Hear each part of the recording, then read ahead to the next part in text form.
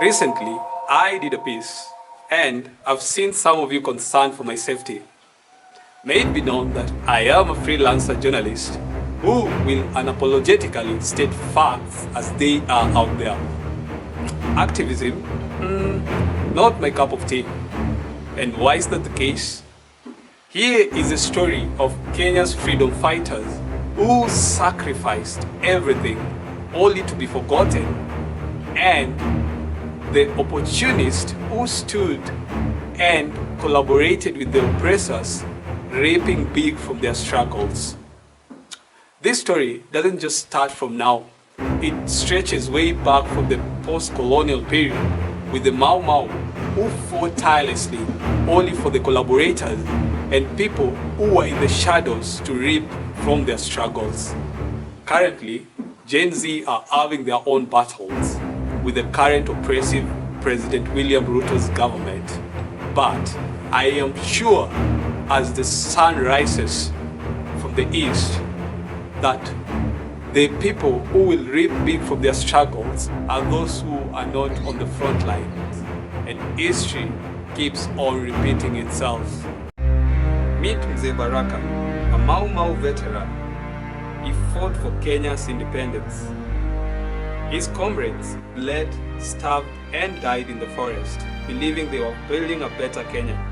But today, he lives in a shack, forgotten by the very nation he helped to free.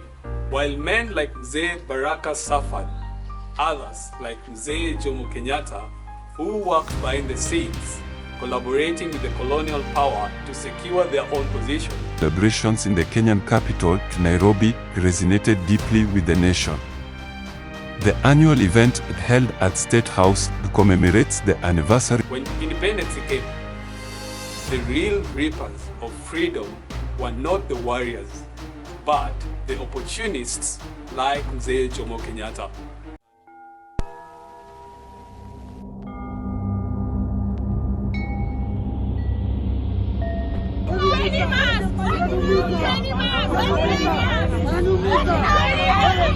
Fast forward to today, the fight has changed, but the pattern remains the same.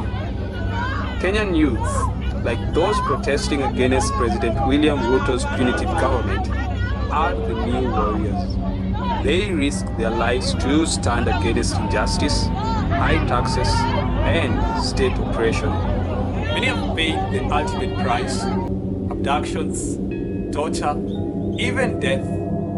Yet their sacrifices are overshadowed by a new class of opportunists. I'm not just talking the political class.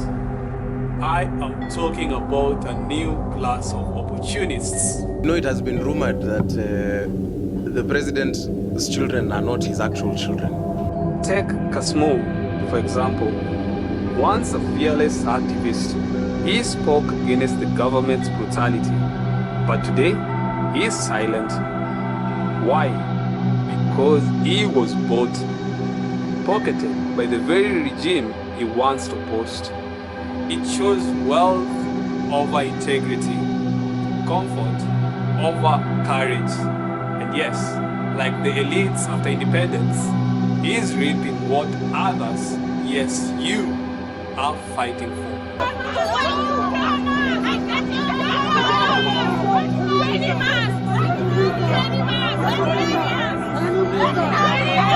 The cycle continues.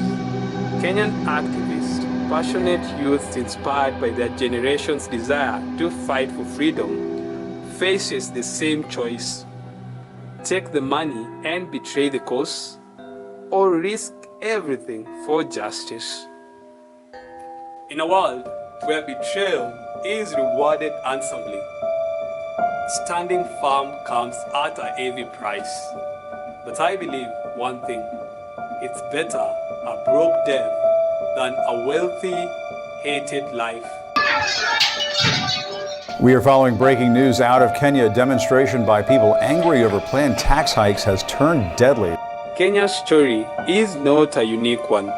Across the world, the freedom is rarely enjoyed by those who fight for it.